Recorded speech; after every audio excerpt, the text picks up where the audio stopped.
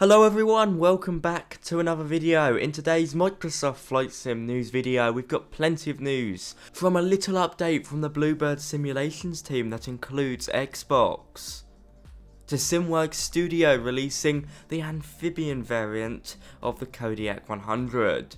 There's all of that and plenty more, so without further delay, let's get right into it. Okay, so we're going to kick it off with the Bluebird Simulations update regarding their Boeing 757. Now they're working on the 200 and 300 variant here. We get to look at both of them, the 300 and 200, which is quite nice.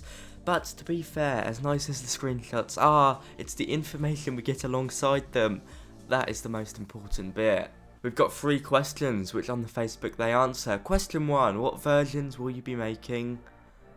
They say the initial release will be the passenger version with both the 200 and 300 variants. Each variant will have the Pratt & Whitney and Rolls-Royce E-version engines, along with winglet and non-winglet types. So by the looks of it, you'll certainly be getting some good value there. Now moving over to question 2, is it coming to Xbox? Yes, it absolutely is, but they do say they don't know if it will be out on the initial release, i.e. when it's released on PC, but this plane is definitely coming to Xbox. Now I'll let you into a little secret, I didn't know it was coming to Xbox, but to be fair, I have said it on my videos before.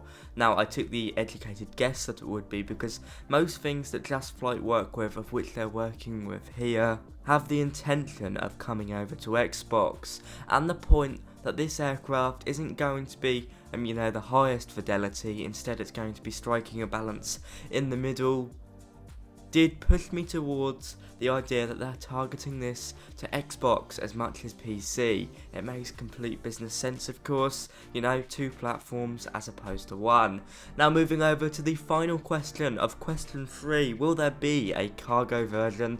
Yes, there will be, but it will be a separate expansion pack, and they do so the cargo variant will get lots of attention. So whether you fly FedEx or DHL, rest assured the Bluebird Simulations team has got you covered here. All the screenshots look beautiful, still work in progress, but definitely making some great progress since we last saw it. I cannot wait to see this aircraft. It's probably my favourite Boeing aircraft.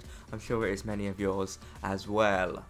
This will of course be payware, but we've got no information on exact pricing just yet, other than the fact that it should be on the cheaper side, definitely not anywhere close to $100 like some aircraft are. My personal prediction is probably around $30 to $40 US. Moving over to the SimWorks Studios Kodiak 100 Series 3, they've released the amphibian version of their popular Kodiak 100. This is a really awesome aircraft, probably one of the best general aviation aircraft out there. You can now fly on water, it's as simple as that.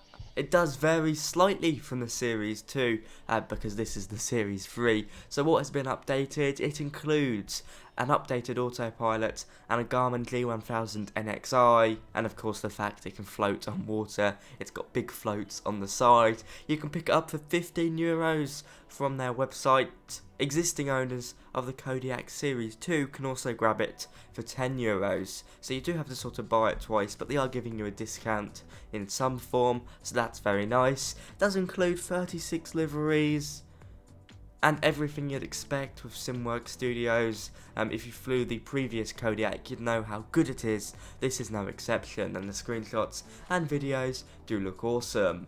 Seeing as the previous Kodiak came to Xbox, I can imagine we'd see the Kodiak Series 3 come over via the marketplace. Of course, it is payware. Moving over to the PMDG 737, I've been flying it with its new update. The entire line has received a big update that you can download for the PMDG Operations Center. Includes some general bug fixes, no standout features, but it's always nice to see PMDG's enduring care for the 737. They are really consistent with these updates, so it's very nice to see.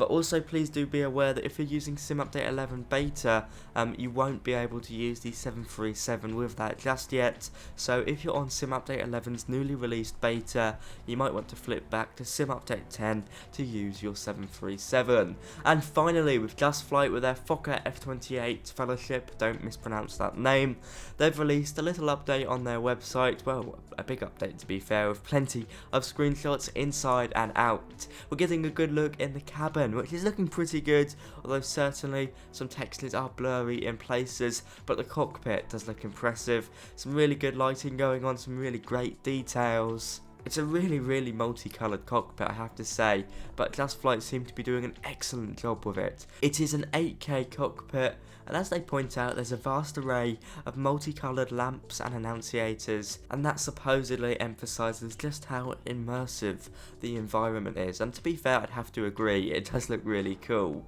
They also say they've just finished adding their new virtual cabin to all the 4 variants of the F28 with their different fuselage and emergency exit configurations. So it's nice to see they've actually gone and spent the effort there, as opposed to just putting the same cabin in the back.